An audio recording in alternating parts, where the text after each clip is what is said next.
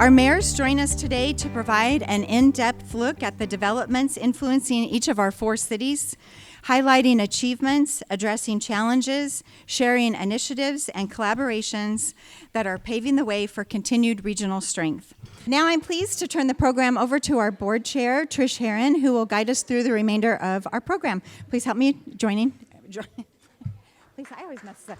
Welcome, Trish. There we go.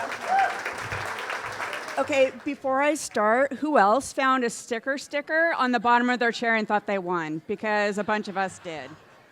And I'm sorry to the to Pasco for ruining your chairs.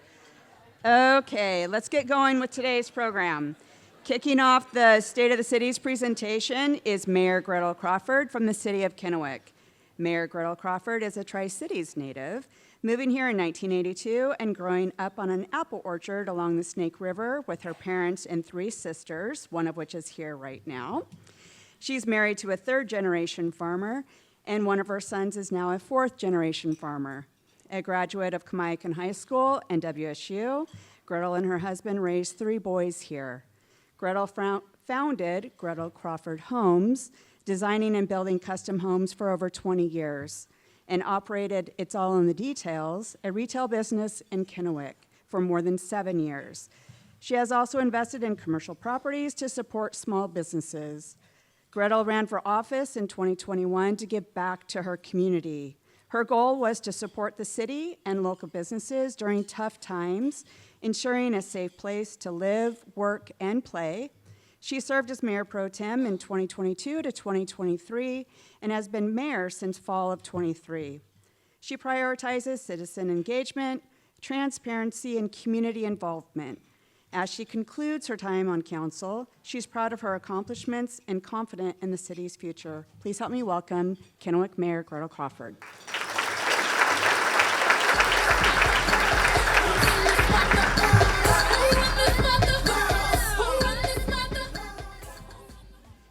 Hello and welcome everyone. It's great to see so many faces today. It's a beautiful fall day in Tri-Cities.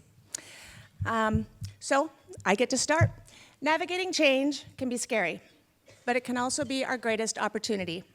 In 2025, as our city walked through key changes, Kennewick capitalized on opportunities to improve quality of life for those who live and work here, to make it the best place to do business and develop, and to improve community engagement. Moments throughout this year have left me thinking, and it's a good thing that I like to do things that scare me. This mindset, embracing what challenges us and moving forward, isn't just personal, it's how Kennewick is approaching growth. I'm wise enough to know that rewards are obtained outside of our comfort zones. This is when we are pushed to change and innovate, and when we often come up with the best solutions than if we had done nothing at all because of fear and the unknown. This is what fuels our city's motto and why we embrace leading the way in Kennewick. Growth. The city of Kennewick grew by roughly 670 residents last year, bringing us up to 87,000 residents. This is an addition of 3,000 new residents in just 5 years. I hope when new residents come to our city that they find it easy to connect with city services, that their neighbors are kind and helpful, and that they can become engaged in all that their city has to offer, including city government. Whether sharing your perspectives about taxes, hopes for a new city pool, your thoughts on fireworks with us, or even better, signing up to serve on a board or commission, we strive to listen and make Kennewick welcoming for everyone. Here's the challenge. When a city grows this fast, infrastructure and services struggle to keep pace. Add in the reality that government simply moves slower than private business, and we could easily find ourselves perpetually playing catch up. For me personally, having grown up here and graduating from Kennewick, as stated before, there is another concern. Will we lose what makes Kennewick feel like home? Will we invite too many outsiders in? But rather than yield to the sometimes scary speed of our growth, Kennewick has embraced it, looking to the future. Our city staff has helped us guide and lead the way in so many ways. I'd like to remind residents that it's not the mayor, at least in Kennewick, who makes most things move forward in our city. We have 7 elected city council members directing policy and making legislative decisions, and I am only one of those. There's several others here today. The city manager then directs those decisions to the rest of the city department heads and staff and oversees all of the day-to-day and long-term planning goals. In the past year, our new city manager, Erin Erdman, has provided quick and effective decision-making and community planning expertise that has earned her deep respect by those she leads across our city. Our staff has grown to 450 employees who bring talent, tenure, and vision to their roles each day. They work hard to turn difficulties and change into opportunities. In the past year, our city staff opened new parks facilities, and construction is underway in our entertainment district. These exciting changes have been done to create opportunities for economic development and recreation that still retain that hometown charm in our city. Instead of playing defense, we've gone on offense. Crime is down 20%. We're making traction with homeless. First response times are improving with 3 new ambulances, and we charged 4,000 criminal cases last year, a record that reflects phenomenal work of our police department and city attorney's office for holding people accountable. These are outcomes from visionary and creative changes made by our team, a team that refuses to be 2 steps behind, an approach of proactive law enforcement and engagement. My time on city council and as its mayor is coming to an end. I'm going to be back in the seats with all of you soon. Our current council will reform with a new member and select a new mayor in January. This will create more change, but also more opportunities for new ideas, fresh energy, and community engagement. I am so deeply grateful to have been given the opportunity to serve the city of Kennewick and our regional partners in these roles and to have had a front row seat to see the opportunities that are growing out of change. So in my final State of the City's address, I encourage you to imagine a city that embraces planned growth responsibly with a plan for the future, delivering critical infrastructure and services to maintain and grow our quality of life without compromising our hometown charm. A city where the best and the brightest want to live because affordability and safety still remain our priorities. As a closing to the chamber and its many business members and citizens today, I want you to remember that if we want to maintain a government structure that works for you, the people, you all need to stay engaged and a part of the conversation for that future here in our communities. I want to throw out a quote that pushed me into my current position. You're either part of the solution or you're part of the problem. Please stay engaged, please be productive in our communities, and support your local governments. Local government, its citizens, and its businesses are stronger when we all work together for a common cause, the strength of our communities and the people and families that it is meant to serve. This is Kennewick's future, and this is how we all will lead the way. Thank you, city staff, council members. You guys have done a great job this year.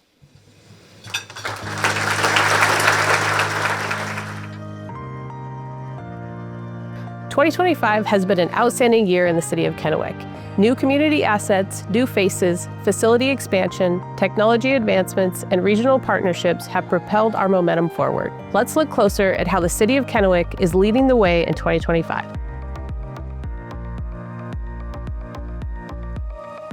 The Three Rivers Convention Center is undergoing a transformative $71 million expansion that will add 111,000 square feet of new space. This expansion opens doors to sports tournaments, competitions, and large-scale conventions that we simply couldn't accommodate before. Adjacent to the convention center, you'll see the new AC Marriott Hotel Rising, a public-private partnership that will provide essential amenities for convention visitors while driving economic growth throughout our entertainment district. We're on track for completion of both of these projects for late 2026. Over at Vista Field, development is gaining momentum. The City, Public Facilities District, and Port of Kennewick are transforming the site of our former municipal airfield into a vibrant new district, with multiple buildings already taking shape this year. We're also addressing a critical need, our City Hall facility. After 60 years, the building on West 6th Avenue requires significant repairs. The City Council has decided to issue an RFP to evaluate our best path forward, whether that's new construction or a comprehensive remodel, while keeping these efforts focused at the current location.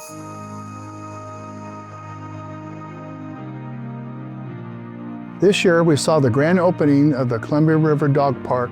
Nearly 200 humans and their dogs attended the grand opening in October for the 3-acre facility with plenty of room for running and playing. On May 30th, a new splash pad opened at Kennewick Pool, expanded upon the popularity of these warm weather amenities throughout the city. The city is putting the finishing touches on the Audubon Trail at Columbia Park. This easy 1-mile walk has new interpretive signs, upgraded paths to improve the experience for trail goers and bird watchers. Work is underway at the Vancouver Pump Track, a BMX bike track that adds a family-friendly amenity to a residential area of our city. The team is refining design and it's expected to open in 2026. In 2025, the City of Kennewick laid the foundation for implementation of a new utility billing system, which will provide advanced features and improve customer service for our 27,000 utility customers.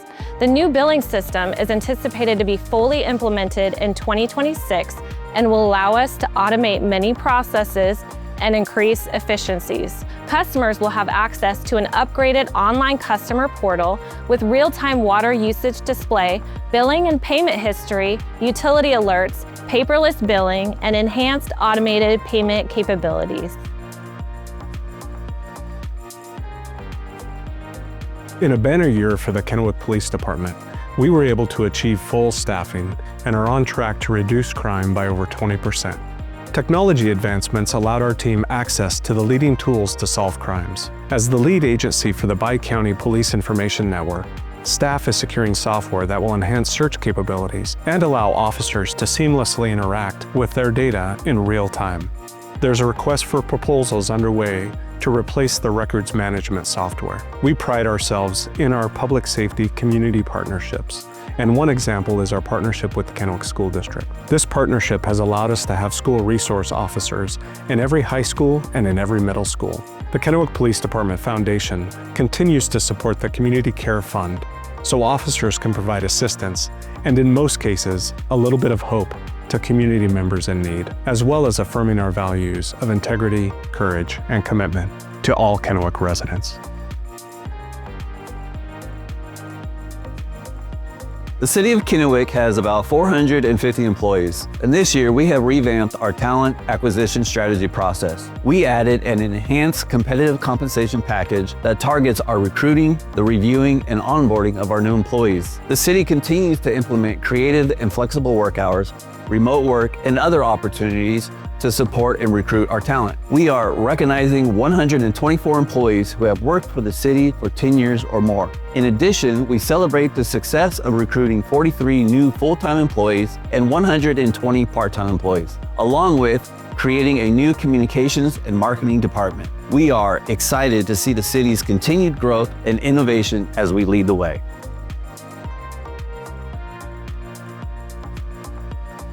In 2025, we welcomed 9 firefighters to our team, including 2 already certified as paramedics. 2 of our current firefighters completed an 18-month paramedic program at Columbia Basin College, and 1 of our firefighters earned a captain promotion. We also added 3 new replacement ambulances to our fleet this year.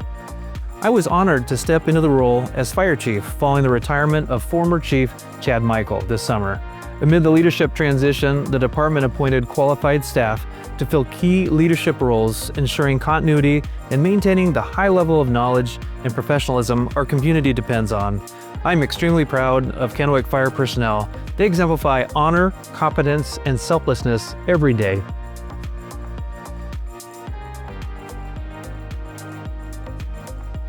The City of Kennewick's Public Works Department continued Phase 2 of the wastewater treatment plant upgrades that focus on implementation of an innovative biosolids management system. The project includes construction of a new facility designed to achieve Class A biosolids standards that will be suitable for reuse in agricultural applications. Completion is anticipated by June 2026. South of I-82, we completed installation of water and sewer utility extensions to serve future light industrial users. Concurrently, the city worked with other utility providers to facilitate power and data connectivity. Citywide, transportation enhancements included signal and intersection upgrades, sidewalk rehabilitation, and asphalt patching and overlay operations. The new Transportation Benefit District has already yielded measurable results, funding extensive pavement preservation and rehabilitation activities and extending pavement surface life across the network. The City Attorney's Office is celebrating the 2-year anniversary of its diversion program, where people with drug-related criminal charges complete recovery programs and have their charges dismissed. 220 offenders have entered the program. We also created a deflection program, which allows offenders with mental health or drug diagnoses to avoid legal system involvement by entering into and completing treatment programs. Furthermore, Kennewick partnered with the Washington State Office of Public Defense's Simple Possession, Advocacy and Representation Social Services program to provide offenders with resources and services.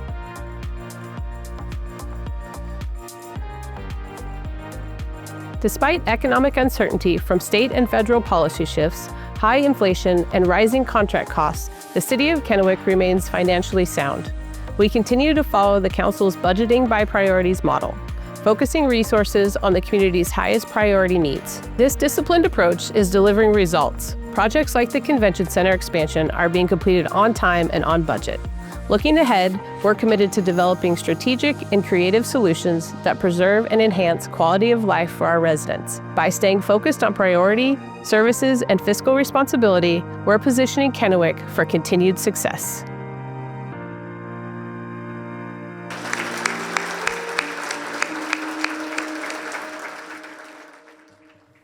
Thank you, Mayor Crawford and city staff for putting that together. Next, we'll hear from City of Pasco.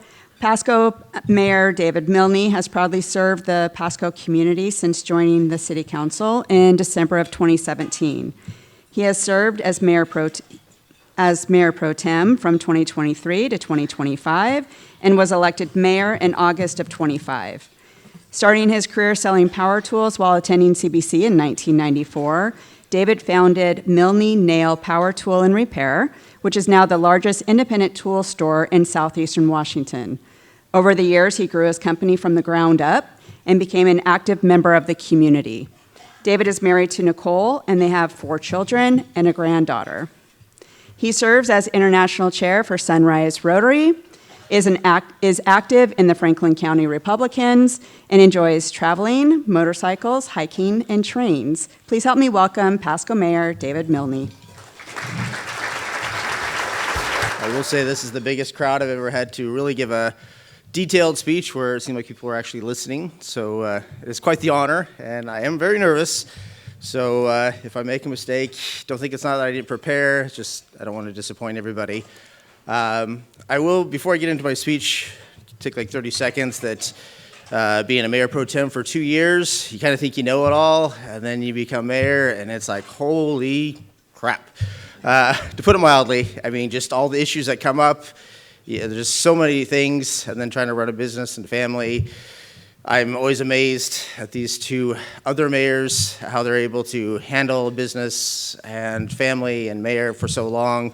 I'm only going to do this for 4 months. We'll have a new council in January. Likely I'll let other people do it, but it is a total privilege, probably one of the biggest privileges of my life, besides having kids and being married, is to be mayor of City Pasco. I know I make my family very proud. So I just want to say thank you, and that being in leadership, you kind of get the idea that, wow, it's a lot more than you ever think it is, and the commitment and the time. And I did want to point out Harold Stewart as far as our new city manager, which I'll get to, but I do really appreciate dedication of Pasco City staff and the city manager, because this is a massive job, whether it's a city of 82,000 or the other 2 cities. You really get quite the shock when you're in the spot. So with that, I guess I'll take my 6 minutes and give my quick little speech here. So it is an honor to be here among so many dedicated leaders and partners from across our region. As Mayor of Pasco, I'm proud to share how far we've come and where we're headed next. As a community built on vision, collaboration, and heart, our city has made incredible progress. And today I want to highlight the work and partnerships that continue to move Pasco forward. Guided by our 2024-2025 City Council goals, every decision we make is focused on enhancing quality of life, ensuring financial stability, strengthening our community transportation network, maintaining public safety, fostering economic vitality, and communicating a strong sense of city identity. These priorities shape the work of every city council's member, from planning and public works to public safety and community services. Thanks to the dedication, expertise, and hard work of these city employees, our goals are being turned into tangible results for our community. Our streets and sidewalks are safer and more connected. Investments in parks and community spaces are enhanced livability. Public safety initiatives are reducing crime, and economic development projects are creating jobs and opportunities for our residents. Every effort reflects a shared commitment to building a Pasco that is strong, vibrant, and ready for the future. But building a strong, vibrant community isn't just about programs and policies. It's also about investing in the spaces where residents live, work, learn, and play. That's why we're making significant investments in facilities that serve as the heart of Pasco. One great example is the Martin Luther King Jr. Community Center, where phase 1 of renovations is nearly complete. The updates include new classrooms, offices, play areas, and bathrooms, along with an upgraded electrical, plumbing, HVAC systems, making the building safer and more accessible than ever. We look forward to welcoming the community into this revitalized space in 2026. Another highly visible community space is currently under construction off Road 108. The Pasco Aquatics facility is on track to opening next spring, offering families a place to gather, learn, play, and create lasting memories. Funded entirely by a voter-approved sales tax, this project stands as a powerful example of what can happen when residents see a vision worth supporting and take action to make it a reality. Should be an amazing facility. Hopefully, everybody will come to go for a swim. These types of community investments, whether in recreation facilities or other public spaces, go hand in hand with the key foundation of strong city, education. This year, we celebrated the opening of 2 new high schools, CityView High and Orion High School, in the same week, just in time for the start of the school year. These new schools provide spaces where the next generation of leaders, innovators, and changemakers can learn, thrive, and dream big. Achievements that don't happen overnight. They are the result of dedication, collaboration, and tireless efforts by our city leaders, the school district, and our community members, all committed to ensuring that our city grows, every student in Pasco has access to a quality education and the opportunity to reach their full potential and help shape the future of Pasco. As Pasco continues to grow and evolve, we're also keeping our streets and neighborhoods safe for everyone. I'm proud to report that overall crime in Pasco has declined thanks to the dedication of our police department and strong partnerships between law enforcement and our residents. Their hard work and diligence make our community a safer place to live, work, and raise a family. But we're not stopping there. The City Council is taking firm, proactive stance on issues like speeding and illegal street racing, behaviors that too often put lives at risk. We've increased enforcement, introduced new traffic safety initiatives, and made it clear that safety in our streets is a non-negotiable issue. All these achievements we've celebrated so far didn't happen by chance. While the City Council sets the vision for Pasco, the success we've celebrated today and the progress we've made so far would not be possible without the leadership of our city manager and the tireless dedication of our city staff. This year, we are proud to welcome Harold Stewart as our new city manager. Harold impressed council with his extensive leadership experience, and he has already made a strong, positive impact, building connections with staff, community members, and regional partners alike. He has taken time to listen, to learn who we are as a city, and to understand what makes Pasco special, and I'm excited to see Pasco continue and thrive under his leadership. So thank you, Harold. The positive growth we've seen in 2025 is a direct result of people who care. Residents who vote to invest in our community, educators who open new doors for our children, officers who work tirelessly to keep our neighborhoods safe, and the city employees who show up every day determined to make Pasco a better place. As we look ahead, our path is clear. We continue building a city that's safe, connected, and full of opportunity, a city that listens to people, honors its past, and embraces the future with confidence. Together, with the steady leadership of the city manager, the vision of our council, and the spirit of our residents, Pasco will continue to grow, not just in size, but in strength and heart. And as I close today, there is an issue that's very close to my heart. I didn't get a chance to put the flyers on everybody's table there, but it's the Reefs Across America event on December 13th at our CityView Cemetery. I would ask that people support this issue. It's very dear to my heart. Two of our kids have served or are serving at the moment. So anytime we could honor veterans, I think it's a great thing, and I would hope that people would donate to that, people that have served and given their life. And if you are interested, obviously a donation is great, but you could also, such as sponsoring a wreath, or you'd like to volunteer putting a wreath on the grave sites, please visit the City of Pasco's website or talk to City of Pasco staff here today for more information. With that, thank you, and I hope you guys have a great day. Great things are happening in Pasco, and none of it is by accident. With nearly 800 new neighbors moving in between 2024 and 2025, and thousands more expected in the next 20 years, we're laying the groundwork that will keep this community thriving. That starts with space for homes and businesses. Pasco has issued more than 350 new residential permits this year, and we've seen more than 280 businesses open their doors, from one-person operations launched from the Pasco Specialty Kitchen all the way to economic giants like Dairy Gold and Amazon. From new homes and schools to growing businesses and innovative infrastructure, we're building not just for today, but for generations to come. Our Department of Community and Economic Development is a key part of that future. Every action that we take now will impact our residents forever. And with that responsibility, our Community and Economic Development team works very diligently to make sure that we're not making any decisions that have adverse impact on our current and future residents.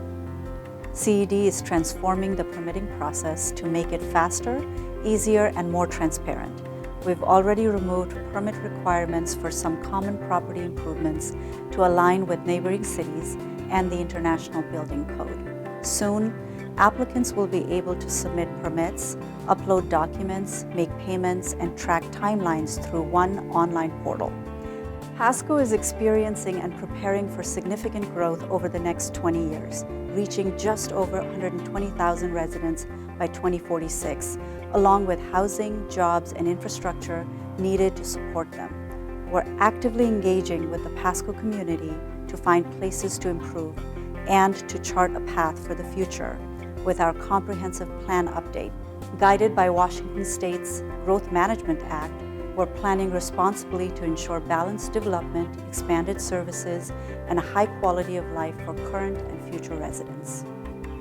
New businesses and new neighbors mean new infrastructure, and Pasco is building the framework that allows our city to grow. In 2025, we celebrated the Processed Water Reuse Facility, both the addition of a groundbreaking collaboration with private business to turn food processing wastewater into fuel, fertilizer, and irrigation water, and the expansion of treatment ponds. Together, these updates provide vital support for agriculture in our region. We're investing in transportation, with new roads being built in the Broadmoor area as open land transforms into neighborhoods, schools, and shopping centers, keeping travel safe for drivers and pedestrians alike. A new roundabout at the intersection of Court Street and Road 68 keeps traffic flowing smoothly on two major arterials in our city. We've doubled capacity at the West Pasco Water Treatment Plant and built additional transmission mains and a storage tank to continue to distribute water to all customers. Still ahead, we're planning for significant upgrades to the Butterfield Water Treatment Plant as our team continues delivering on the projects outlined in our ambitious 6-year capital improvements plan. Low-interest loans were secured for several major utility projects supporting vital infrastructure with lesser burden on ratepayers. And we're using new state and federal grants to improve safety on roads and sidewalks across the city, making it easier for residents to stay active and connected. We're working to protect Pasco residents at every level. To improve our emergency response, the fire department recently replaced 3 structure engines, updated several medic units, and added an additional wildland unit to our fleet. We're also investing in new technologies, such as outfitting every medic unit with cutting-edge cardiac defibrillators and laryngoscopes, all aimed at providing a higher level of care to the thousands of patients we provide EMS to on a yearly basis. One of our strengths is the strong working relationship we have with our law enforcement team. We are currently partnering on a new drone program which allows drones piloted by Pasco police officers to assist our crews on fires and during rescue operations. This type of collaboration significantly enhances our ability to serve our community.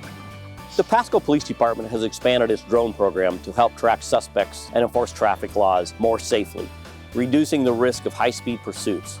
But technology is only part of the story. Pasco police are meeting with residents face-to-face, hosting district meetings, and partnering with business leaders to strengthen community trust and collaboration. The community feedback also helps us focus our attention on reducing hotspots, making more of our staff time and resources. When police anywhere in the Tri-Cities get an animal call, they can partner with our animal control officers at Tri-Cities Animal Services. Our new building has dedicated spaces for handling sick or injured animals, plus an in-house vet's office and improved spaces where families looking to adopt can meet potential pets. But that's just one of the new facilities opened in Pasco this year.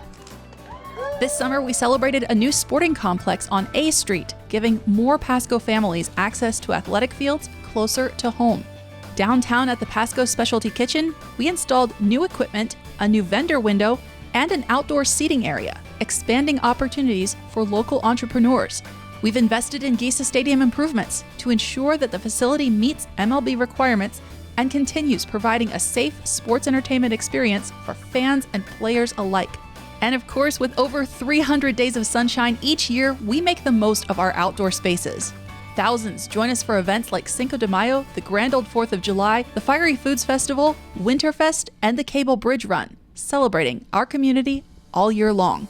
Join us in 2026 for a once-in-a-generation watch party, where soccer fans from all over the region will be able to gather and cheer on their favorite teams as they compete in one of the world's biggest sporting events. From community and infrastructure and safety to housing, business and recreation, Pasco continues to grow with purpose. Together, we're building a city that's stronger, smarter, and ready for the future. Thank you, Mayor Milne and city staff for that great update. Next, we'll hear from Mayor Teresa Richardson. Hold on, let me figure out if I can talk. From the City of Richland, Mayor Richardson has served on the Richland City Council since 2022, becoming Mayor Pro Tem in 2023, and Mayor in 2024. What's next in 25 and 26? Let's see where we go here. A retired CEO of Habitat for Humanity, she led the organization for over 10 years, overseeing home construction and volunteer engagement. She also founded Development Solutions, a national fundraising consulting firm, and helped establish New Cold Co-op, a leader in automated cold storage. Active in the community, Teresa has volunteered with various organizations, including CASA, the Boys and Girls Club, and the Union Gospel Mission. A Washington State University grad, she is married with 3 sons and passionate about encouraging the next generation to thrive in Richland. Please help me welcome Mayor Teresa Richardson. Good afternoon. It's wonderful to gather once again with so many leaders, neighbors, and partners that share the belief in our region, power and promise that we have. I've just got to take a look at the audience here. If you're from Richland, staff, can you give a wave? There you are. I appreciate you guys so much, and the leadership of John Amundsen, our city manager. Just a good job, everyone. Last year, I was able to speak about the spirit of Richland, a spirit filled with curiosity, hard work, and deep commitment to one another. I'm proud to say that that spirit only continues to grow. A few months ago, I had the opportunity to speak to the students at River's Edge High School. I asked them a simple question. If you were in charge of the city's budget, where would you spend the budget? Where would you spend those dollars? I gave each one of them 100 Richland bucks and asked them to put them in a bucket that they felt would be most important. They considered things you might expect, like a new water park, performing arts center, more fire stations, more community events, youth programs, but what stayed with me was where they chose to put their dollars: affordable housing. These students, our next generation of leaders, workers, artists, parents, and business owners, reminded me that the future of Richland isn't only built on city council chambers through capital projects, it's built by listening, by learning, by asking who still needs to be at the table, who still needs a path to opportunity. These young people weren't thinking small. They weren't thinking about today's conveniences or instant gratification. They were thinking about stability, opportunity, and what it means to build a community where every family has a place to belong. That moment reminded me of something very important. Leadership is not defined by where you live. It's defined by who you serve. In Richland, we are committed to ensuring that every Richland has a voice and every council member is accountable to the entire city, every student, every family, every neighborhood, because our future is shared and the responsibility is shared. Our young people are watching how we show up. They're asking us to think long-term, to work together, to put people and potential above boundaries and labels. And we will. Richland's future is bright because our community is thoughtful, collaborative, and deeply invested in tomorrow. We are building a city that's innovative, resilient, connected, and welcoming. A city where the future is in focus, where every resident can see a path forward, and every student can imagine their place in it. Together, we will continue to build not just for today, but for those who will inherit what we create. To ensure the next generation thrives, join me. Let's work together. Thank you.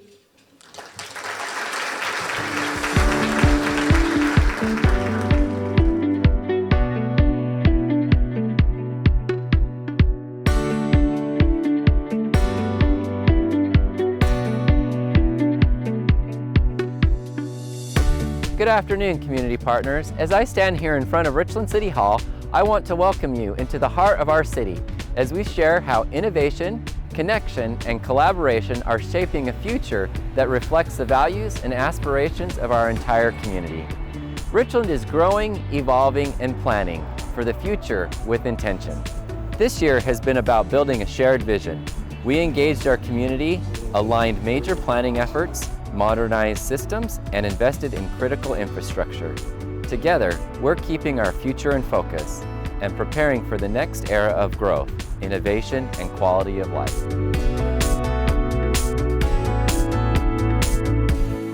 This year, the city has accomplished many major milestones under community visioning and planning. Together, the Future in Focus plan brings together the city's comprehensive plan, the Parks, Recreation, and Open Space plan, and the citywide transportation plan. By aligning these efforts, we made it easier for residents to participate, create a shared vision across departments, and strengthened the foundation for where Richland is headed next. Our community told us they value access to parks and riverfront spaces, transportation choices, strong neighborhoods, and continued investment in economic development. With Future in Focus, we have a roadmap shaped by the people who call Richland home. Reliable communication saves lives. That's why Richland, along with our regional partners in Benton and Franklin counties, are investing in a new 800 megahertz digital radio system. This upgrade will replace our aging VHF infrastructure with modern encrypted technology that gives first responders more channels, clearer connections, and stronger coordination during emergencies. It's a true regional effort, one that ensures our cities and counties can respond together faster and more effectively when our community needs us most.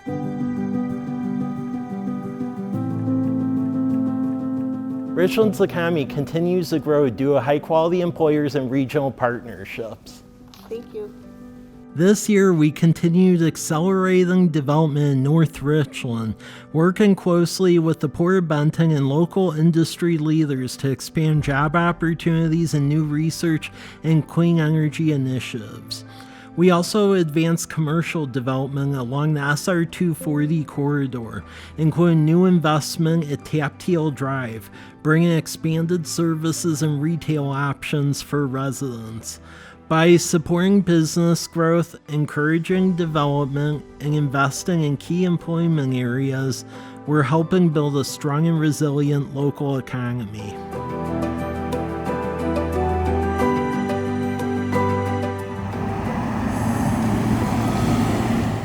Building a city that moves safely and efficiently is key to our future growth. This year, we invested in major transportation improvements that enhance safety, reduce congestion, and support our expanding community. That includes the future Dupertail roundabouts, Dallas Road improvements, and Badger Mountain South corridor upgrades, and key access improvements around the new Pasco corridor. We also advanced design of the Downtown Loop project and held a community meeting to inform residents of project timing and traffic impacts. In addition, we will soon complete improvements to George Washington Way and Columbia Point Drive intersection, and we are initiating improvements to the Tapteel and Steptoe intersection. These projects create smoother travel, open up new development areas, and prepare Richland for the next phase of growth.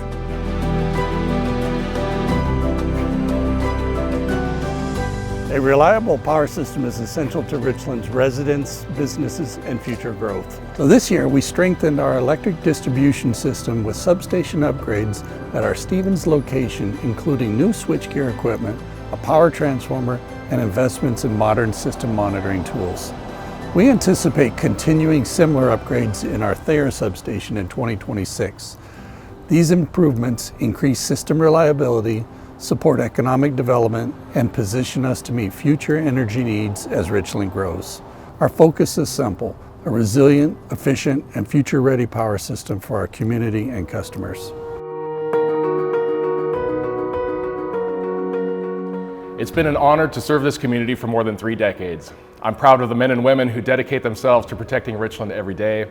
And as I look towards my retirement at the end of the year, I'm proud to hand over the reins to our new fire chief, Randy Ost. Thanks, Chief. As we look ahead, we plan on building on that strong foundation that's been laid. We plan on investing in our people, expanding our training, and strengthening the programs that keep our community safe and connected. Public safety continues to evolve. This year, more than ever, we have invested in thoughtful and consistent recruitment to expand our team and to commit to ongoing community engagement. We advance technology like drones as first responders. In addition, we are pursuing a feasibility needs assessment to explore options for a new or expanded police station, as our current facilities are inadequate.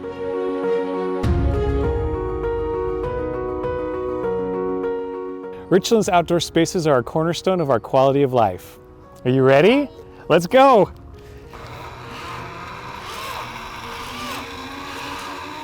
Oh, you are fast! This year completed major park upgrades, including the Sturgeon Cove Playground here at Howard Ammon Park and the lawn at the Richland Public Library. We continue to invest in safety with mobile security trailers in parks and expanded outreach services for unhoused residents. Park Ranger! And our community spirit shines in events like Ironman, where we improved spectator access and volunteer support. Richland's future is bright and built on thoughtful planning, innovation, and partnership. Thank you to our residents, businesses, employees, and regional partners for your support and shared commitment. Together, we are building a strong, connected, and active community.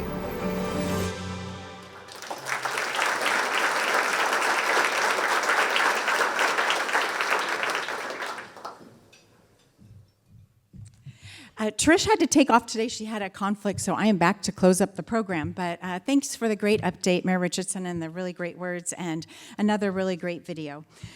Next, today is kind of bittersweet as it marks our final State of the City's presentation that we're going to get from our outgoing mayor, Brent Gary from West Richland.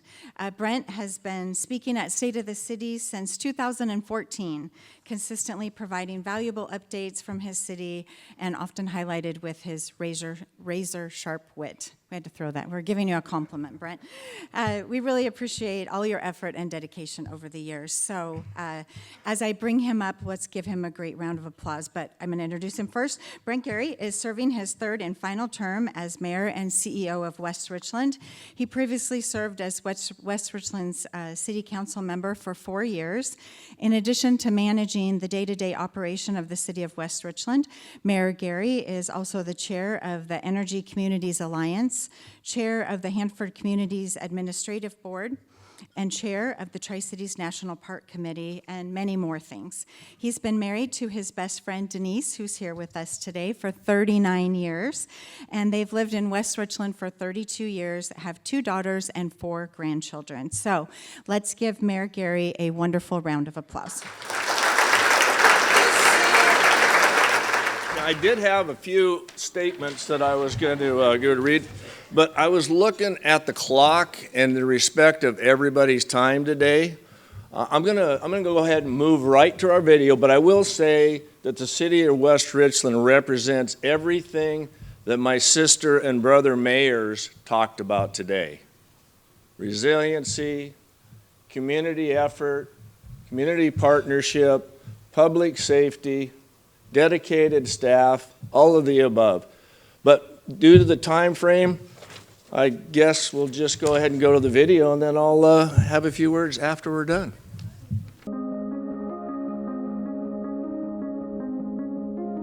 I want to welcome everybody to the State of the Cities. I want to thank the Regional Chamber of Commerce for hosting this event and the sponsor of Baker Boyer Bank. You know, the city of West Richland has seen a big boom in residential growth. We've seen it in single family, multi-family, townhouse, fourplex, duplexes, all of the needs that the city of West Richland was in need of to grow our community.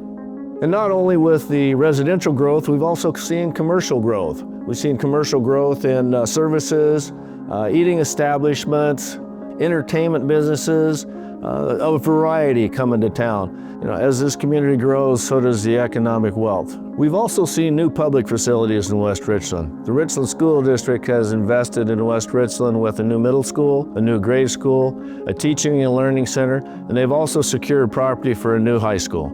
The West Richland City Council approved the construction of the new municipal services facility in 2017. With being 35 years in business, I know that happy employees are productive employees, and that's why one of the reasons this facility was so important. In 2019, citizens approved a $12.5 million bond to construct a new police station. This police station is designed for a 30-year growth and will facilitate the needs of our police department for many years to come. Okay, now for some fun facts.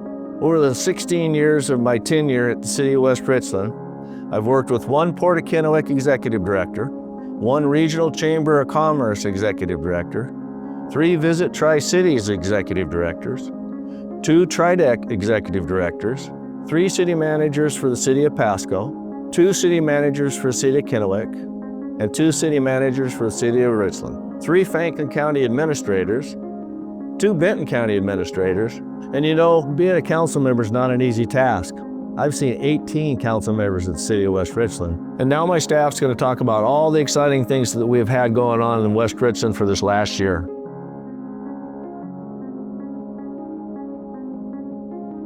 West Richland's economy remains strong and stable. With conservative budgeting and steady population growth, the city continues to provide quality services while investing in the infrastructure our community depends on. This year, we advanced several major capital projects and development initiatives that support growth and improve everyday life. As we look ahead, our focus remains on maintaining financial health, improving efficiency, and ensuring that new development aligns with the city's long-term vision. West Richland continues to be one of the fastest growing cities in the Tri-Cities region. Over the past year, we welcomed new businesses, supported local entrepreneurs, and seen continued demand for both single-family and multifamily housing. At Lewis and Clark Ranch, plans are moving forward for a new mixed-use community that will bring housing, retail, and employment opportunities together. With strong building activity and projected growth ahead, our goal is to guide development that preserves the community character residents value.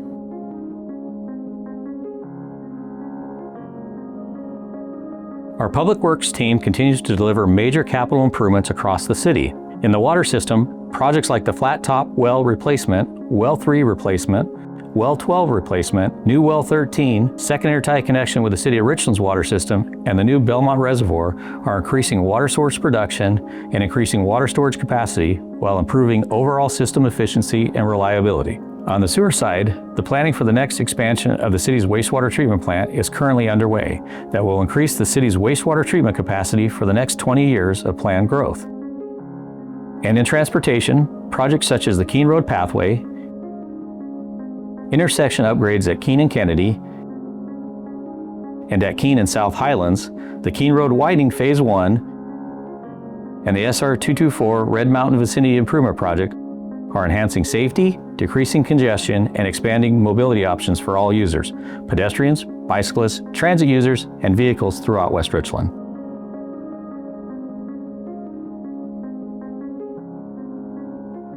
Public safety remains our highest priority. The West Richland Police Department continues to adopt new technology, including the latest Axon equipment, to enhance transparency and efficiency.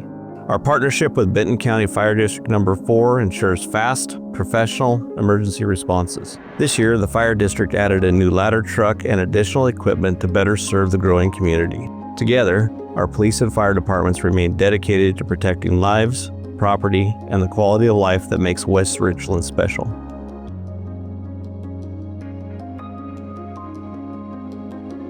Our parks and community spaces continue to bring people together.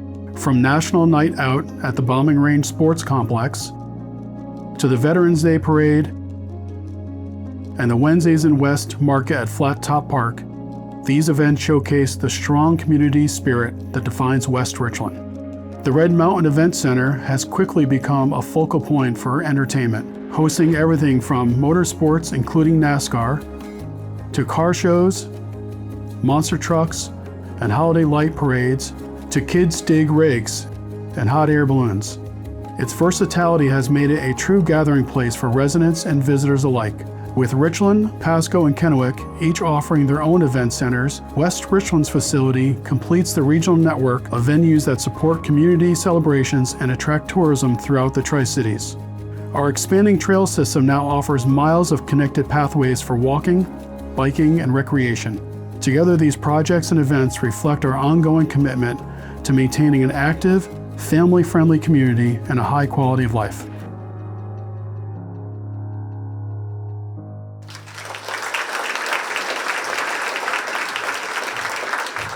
Well, how about that Tri-Quad Cities? Everybody did a great job, right? Got to get the chamber to start working on that rebranding of the Quad Cities, right? But you know, it's been a great run, and I couldn't have done it without the staff. And I'd like to have my staff stand up over here, please. Come on, get up, get up. So we've got Stephanie, we have Selena, Aaron, Eric, Bad Brad, Roscoe, and of course Chief Fry and Commander Coates and Kelly. It's you guys that make the city of West Richland. You make me look good. I'm just the eye candy, right? That's what we do. We got to thank our council, obviously. Councilman Fetto, you've done a great job with the Veterans Day Parade and taking the West Richland Chamber to a next level. Thank you so much. And my wife, thanks, Cindy. I'm supposed to. But you know, it's a lot of work. I'm okay. Many nights she ate by herself, or put it in the oven for me, and then with ECA, it took a lot of time too, you know, traveling through the United States and Europe, representing our community. We are a nuclear community, and ECA, Energy Communities Alliance, is a very important part of what we do here in our community. So very passionate with that, and I really love it. Thank you, honey. It's hard to get. It's really hard to get her out here to do anything, you know, and I guess I'm just kind of a little baby, but, you know, that's good. The only time I don't cry is when I call these guys into my principal's office, right? It's all good. So I've got one thing I'd like to say. Thank you so much for the 11 years on the stage and everything that the chamber does for us. And, you know, Baker Boyer Bank, thank you. You always put on a great show. We appreciate your support. Look forward to many more years of that. I'll be sitting out there in the back corner, though. But I guess there's only one thing for us left to do. Are you doing this? Let's doing this.